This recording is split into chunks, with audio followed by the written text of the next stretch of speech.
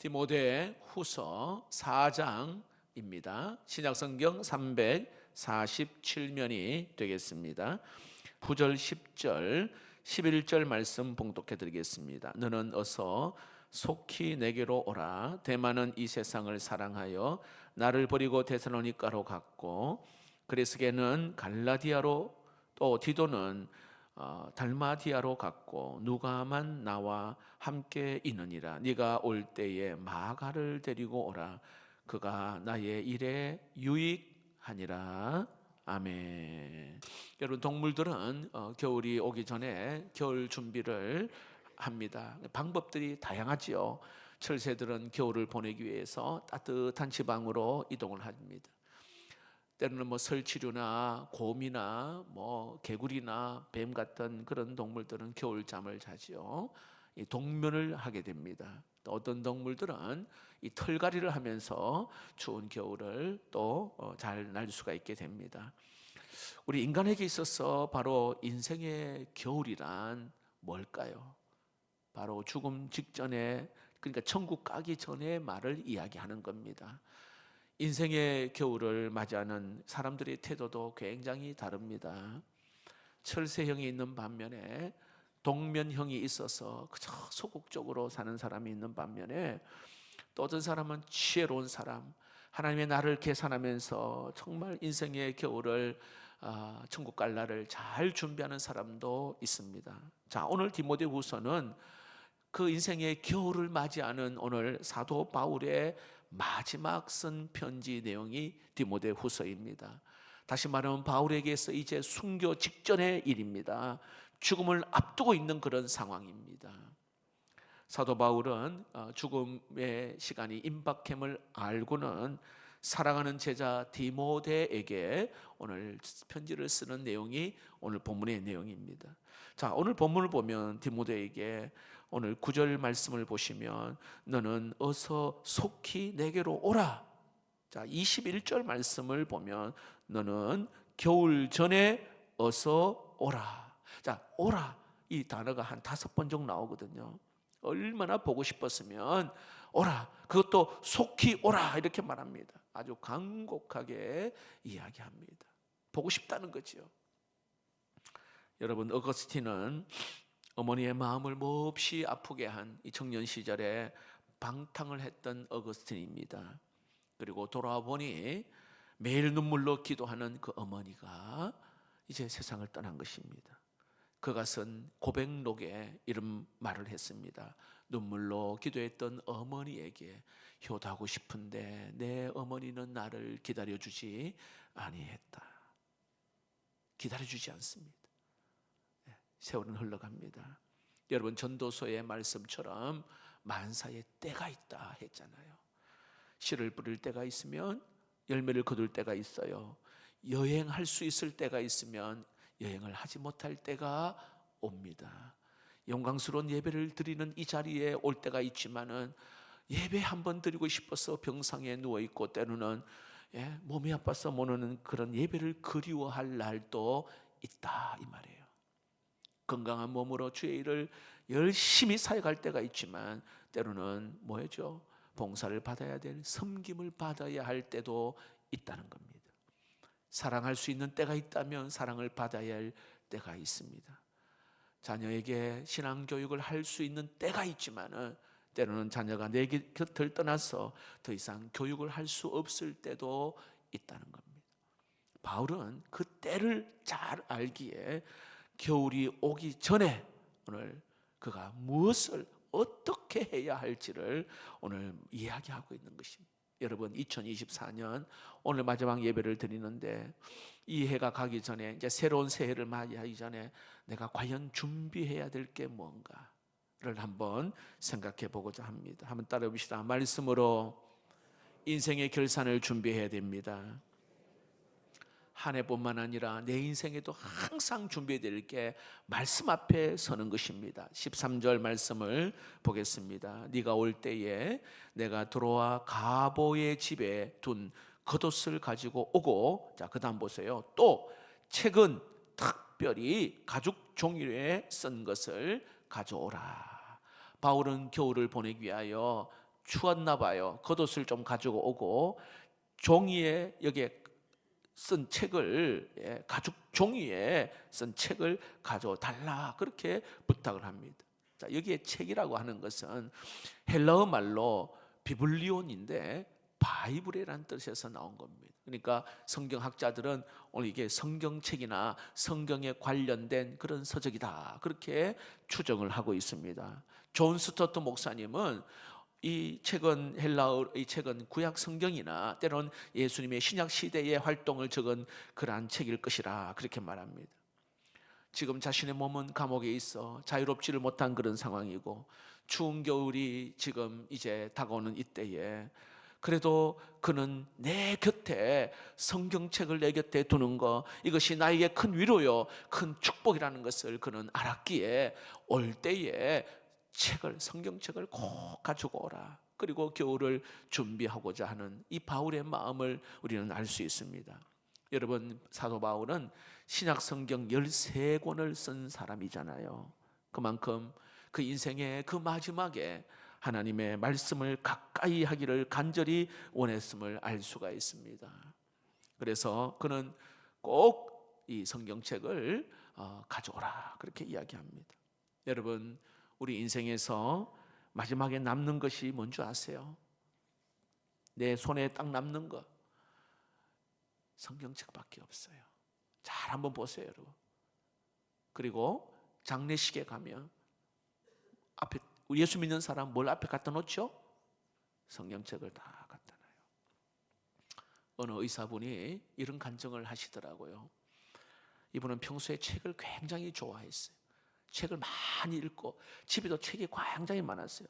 그런데 나이가 들고 은퇴를 하니 이 책들을 도서관에 기증을 하고 나머지는 다 버렸는데 딱 한 권 남아있더래요. 뭘까요? 성경책이에요. 왜 그러냐? 이 하나님의 말씀 성경책은 나를 하나님의 나라로 인도하였고 이거는 생명이요 진리의 책이기 때문에 이 말씀 하나 여러분의 인생의 마지막까지 꼭 붙잡아야 될 거 여러분 하나님의 말씀 성경이 되기를 주의 이름으로 축복합니다. 우리나라의 과거의 고종 때에 나라가 풍년등화 같은 진짜 흔들리고 어려운 그때에 이 나라의 미래를 위하여서 왕정 폐지 운동을 벌이다가 반역죄로 한성 감옥에 갇힌 애국자 청년들이 있는데 이승만 박사, 이상재 선생 이런 분들이 감옥에 갇힙니다. 자, 이승만 박사는 감옥에 있는 5년 7개월 동안 하루도 빠짐없이 일기를 썼어요. 맨 처음 일기를 보낸 곳은 선교사님들에게 편지를 보내면서 책을 좀 감옥에 갖다 달라고 부탁을 한 거예요. 이 감옥에서 이것을 허락받아서 이 감옥에 책이 반입이 됩니다. 한글 성경, 영어로 된 거, 때로는 찬송가, 기독교 교리, 그다음에 정치적인 그런 교과서 등 이런 것들이 반입돼요. 무려 500권이나 이 감옥에 있어요. 그래서 감옥 도서관을 운영할 정도였습니다. 애국지사들은 이 책을 읽어가면서 민족의 내일을 토론하고 함께 예배하고 기도했다는 겁니다. 그 중에서 40명이 개종을 하고 하나님을 믿기로 작정하기도 했답니다. 놀라운 일이죠. 그래서 이 감옥에서 책을 읽을 수 있다고 하는 그 기쁨이 이들에게선 굉장히 컸다고 말합니다. 그래서 이런 말합니다. 생지옥이 복당으로 변했도다. 생지옥이 복당으로 변했도다. 복당은요, 복된 자리. 생지옥이 복당으로 변했다. 여러분 책을 읽게 되니까 여러분 성경은 우리의 삶을 돌이키게 하고 변화시키고 우리에게 생명과 능력을 주는 책인 줄로 믿습니다. 지난 4년 동안 성경을 필사를 했어요. 신약부터 해서 구약까지 성경을 필사하신 분들의 이야기를 잠시 들었습니다. 자, 보세요. 필사를 하잖아요. 매일 꼭꼭 씹어 먹는 그러한 양식처럼 느껴진다는 거예요. 어떤 분은 자, 이렇게 쓰잖아요. 매일 양식을 꼭꼭 씹어 먹는 것 같은 그래서 영의 양식을 먹어서 너무 좋다는 거지요. 어떤 분은 그냥 우리가 읽을 때는 몰랐는데 이게 필사람하면서 발견하지 못했던 말씀을 발견할 때 막 기쁨이 있더라는 거예요. 기쁨. 또 어떤 분은 하루의 일상의 루틴이 성경 필사하는 거거든요. 1시간이든 2시간이든 그 하루의 루틴이 4년 동안 말씀과 늘 함께하는 거지. 어떤 분은 참 신기하게도 기분이 안 좋을 때는 이게 글자가 조금 삐뚤삐뚤한데 기분이 안 좋을 때 있잖아. 감정이 막 힘들 때는. 그런데 처음에는 그래 하다가 이게 쓰다 보니 마음이 안정감을 갖게 되더라는 거예요. 마음을 말씀에 놀라운 어떤 능력을 경험하게 되더라는 겁니다. 또 어떤 분은 필사를 단순히 글씨를 그냥 옮겨 적는 행위가 아니라 내 삶의 변화에 능력을 주시며 또 은혜로 채워가는 그러한 시간이었다. 여러분, 성경 전체가 1189장이거든요. 1189장. 한번 기회가 된다면 우리 전 성도가 한 장씩만 어린 아이들부터 글자 쓸 수 있는 아이들까지 한 장씩만 써서 한 권의 성경책을 꼭 만들었으면 좋겠다 생각이 들어요. 한 장 정도는 어렵지 않잖아요. 다 묶어가지고 우리 성경책 한 권을 만들 하나님 앞에 올려드리는 게 너무 좋을 것 같아요. 또 여러분, 한 해 동안 공동체 성경 읽기로 15분에서 20분 정도 매일 말씀을 보면서 들으면서 또 이렇게 공동체 성경 읽기를 했습니다. 여러분, 그냥 스쳐 지나갈 수 있는 것이지만 늘 하나님의 말씀이 들려지고 눈으로 보면서 그 말씀이 내 안에 있으며 드는 것입니다. 여러분, 콩시루 아시죠? 물 막 붓는데 물 다 빠져나가요. 그런데 이 콩나물은 자라는 것입니다. 오늘 이 시간에도 말씀을 듣지만은 그냥 듣고 흘러가는 것이 아니라 이 말씀이 내 심장에, 내 심령에 또 때로는 잘 박힌 목과 같은 말씀으로 찾아오게 될 줄로 믿습니다. 사람은 누구와 함께 하느냐에 따라 완전히 달라져요. 여러분, 성경 가까이 하는 사람은 그 입에서 하나님의 말씀이 나오게 되잖아요. 여러분, 주식에 마음 빼앗긴 사람은 내 주식 이야기해요. 맨날 돈에 묶인 사람은 돈 이야기해요. 얼마나 비참한지 몰라요. 한 영혼 구원에 대한 구령의 열정을 가진 사람은 어떻게 하면 저 사람을 구원할까? 어떻게 하면 저 사람을 예수님을 이야기할까? 그 마음이에요. 어제 우리 새가족 만찬에 우리 일꾼들과 한 100여 명 참석을 했는데 제가 어떤 마음이 들었냐면 말씀을 늘 가까이 하고 말씀을 좋아하는 사람의 그 입에는 새가족들에게 뭘 도와드릴까요? 우리 함께 합시다. 저도 함께 할게요. 은혜가 달라요. 말씀 안에 있고 은혜 안에 있는 사람은 누구에게 말을 건네도 이게 다르더라니까요. 살리는 말, 때로는 위로와 격려의 말. 왜냐하면 내 삶은 그 말씀 안에서 은혜로 충만하니까 가정에서도 내 삶에도 마찬가지입니다. 여러분, 하나님의 말씀을 가까이 할 수 있기를 축복합니다. 주님 오라 하시는 그날이 언제인지는 모르지만 겨울이 오기 전에, 죽음의 날이 오기 전에 오늘에게 준비해야 돼요. 인생의 마지막이 가까울 때에 우리가 해야 할 일, 더 하나님의 말씀을 여러분 사랑하고 가까이 할 수 있는 성도 되기를 주의 이름으로 축복합니다. 바울은 겨울이 오기 전에 무엇을 준비했을까요? 2절 말 두 번째 따라해 볼까요? 용서로 모든 사람을 포용하는 것입니다.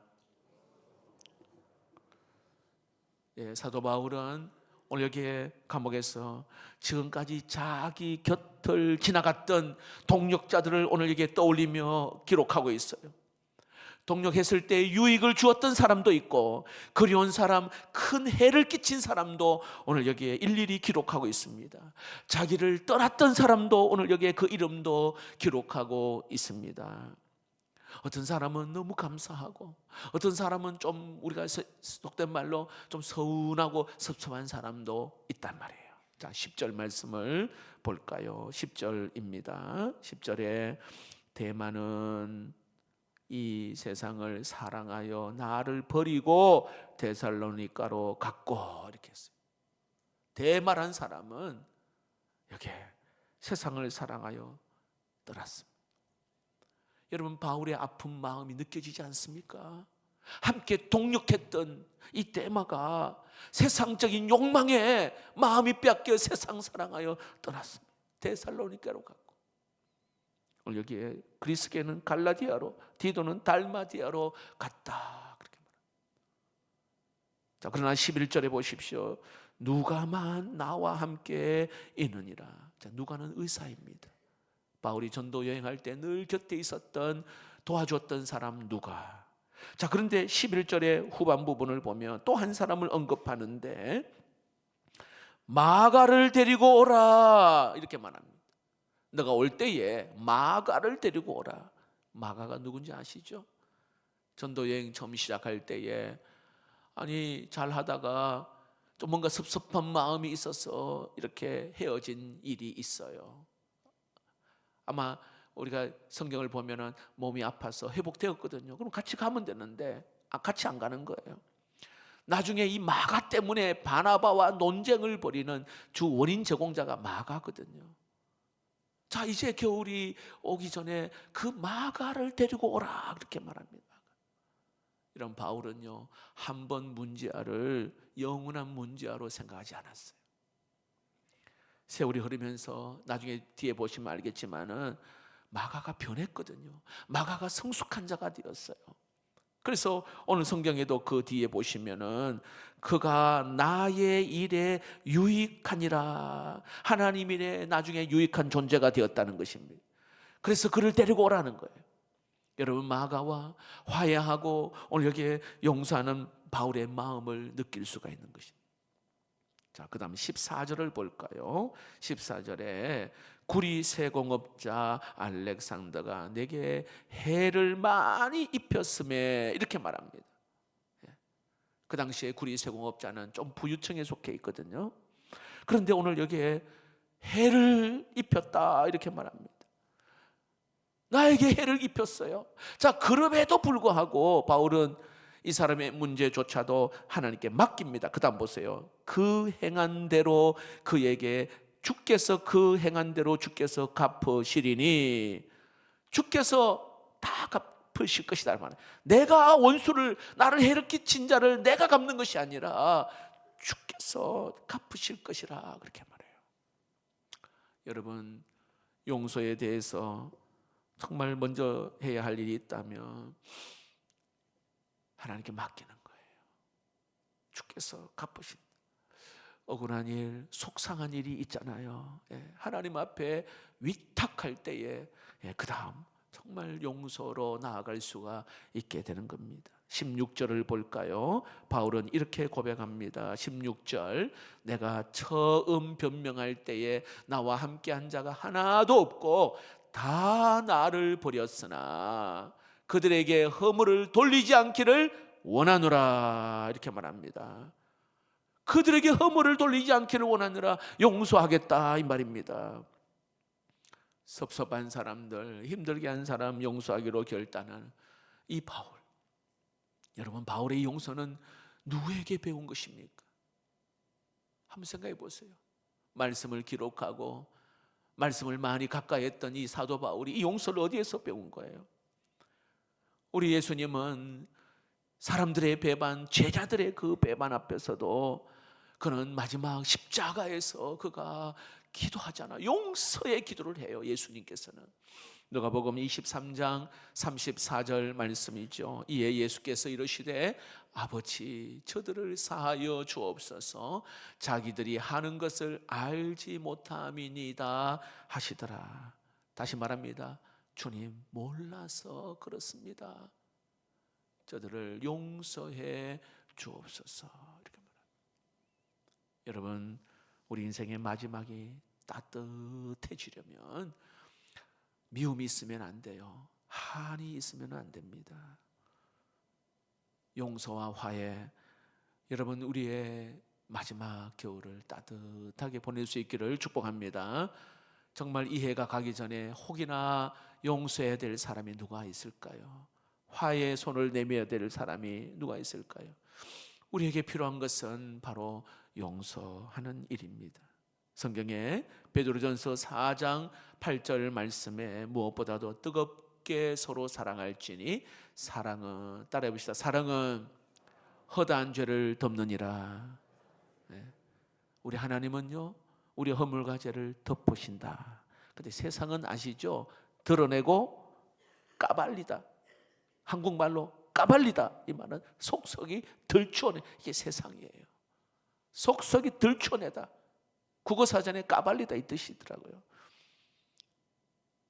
그러나 하나님은 우리의 죄를 여러분 용서하시고 여기에 덮어주십니다.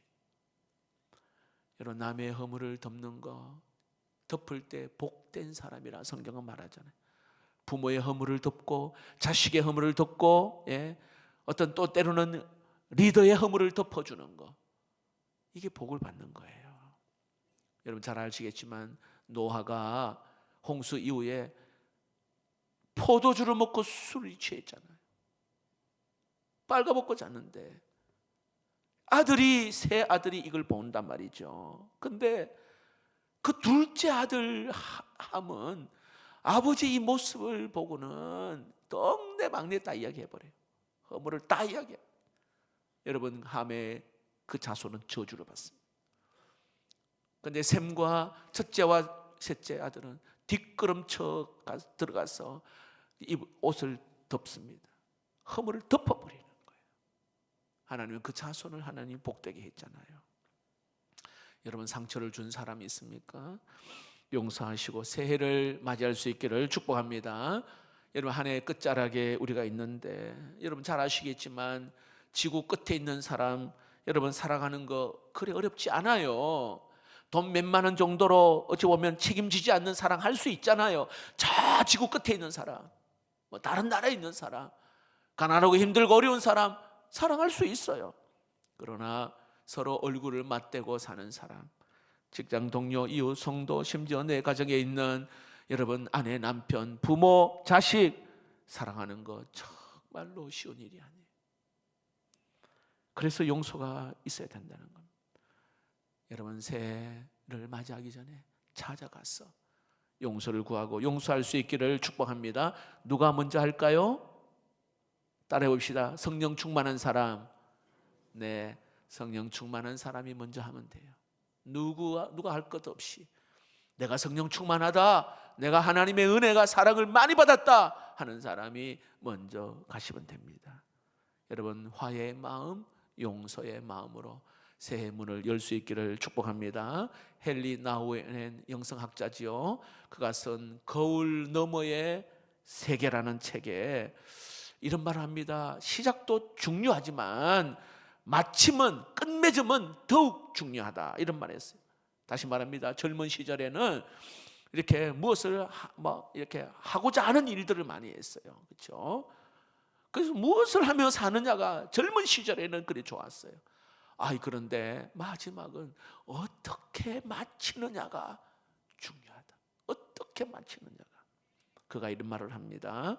마칠 때에 너도 해방을 받고 모든 사람에게 해방을 주어라.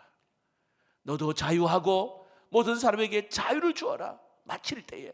그리고 원망, 불평, 자학을 끝내고 감사하면서 인생을 마치라. 여러분, 2024년 지나가기 전에 용서하고 화해하고 멋지게 여러분 2025년을 맞이할 수 있기를 축복합니다. 마지막으로 바울은 겨울이 오기 전에 무엇을 준비했느냐? 따라해 봅시다. 이방인의 선교 사명을 끝까지 감당하고자 했습니다. 17절 말씀을 보겠습니다. 주께서 내 곁에 서서 나에게 힘을 주심은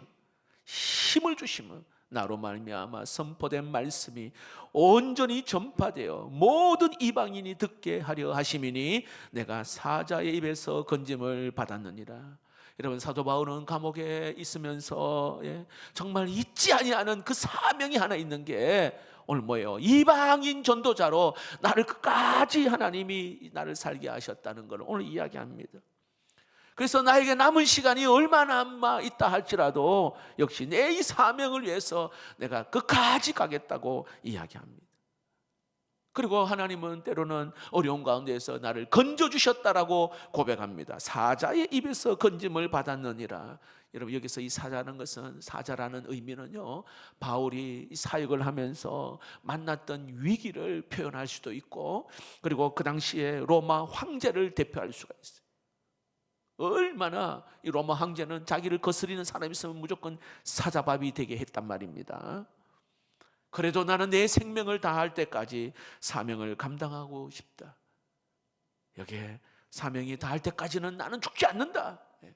좀 전에 찬양한 것처럼 달려갈 길을 다하는 그날까지 사도 바울은 달려가겠다 말합니다. 여러분, 시편 118편 17절에 이 시편 기자는 이런 놀라운 고백을 합니다. 내가 죽지 않고 살아서 여호와께서 하시는 일을 선포하리로다. 읽어봅시다. 시작. 내가 죽지 않고 살아서 여호와께서 하시는 일을 선포하리로다. 이 말은요, 내가 살아있는 한 여기 하나님의 일을 선포하는 사명을 다하겠다, 그렇게 말합니다. 살아있는 한 내가 하나님의 말씀을 선포하는, 여러분, 지금까지 사명의 길을 걸었던 많은 믿음의 인물들이 이런 마음으로 살았단 말이죠.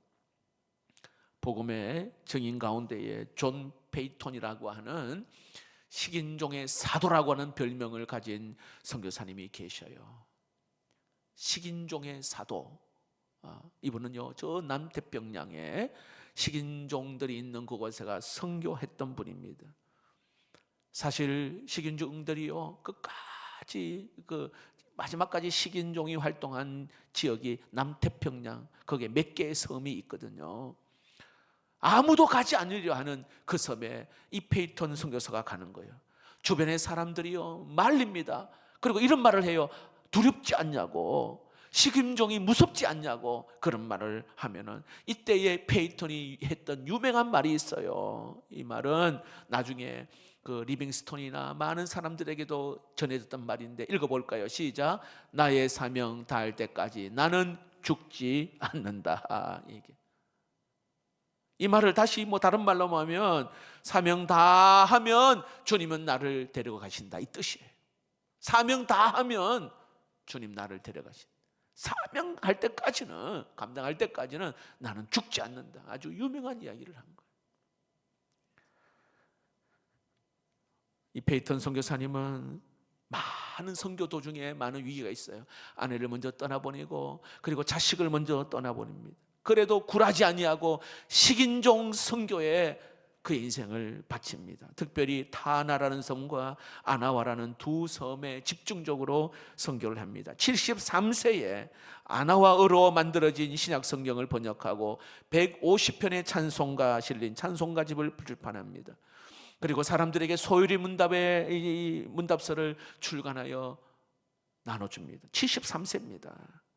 한 명 한 명씩 복음을 전하고, 그래서 그 섬의 4분의 3이 예수를 믿게 됩니다. 83세에 그는 그 섬을 바라보며 조용히 눈을 감았다 말합니다. 그가 이렇게 말합니다. 내게는 그늘도 구름도 없다. 모든 것은 평화요 기쁨뿐이다.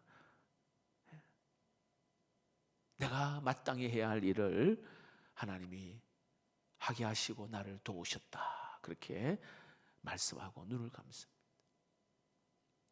멋진 인생을 삽니다.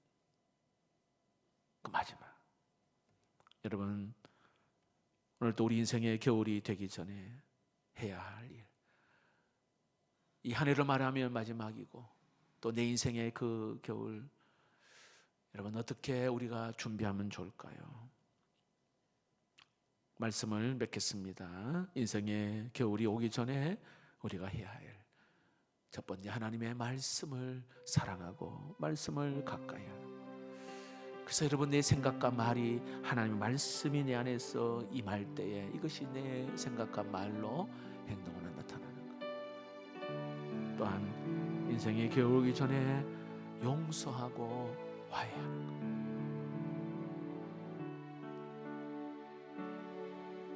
여러분, 묶인 마음이 있다면 푸셔야 돼요. 그래야 하나님의 은혜가 임합니다. 마지막 선교의 사명을 끝까지 감당했던 사도 바울. 교회의 존재 목적, 하나님 우리를 이 땅에 존재하는 목적은 영혼 구원입니다. 그래서 여러분 이 사명을 끝까지 또 매 순간마다 감당하는 우리 모두가 되기를 주의 이름으로 축복합니다.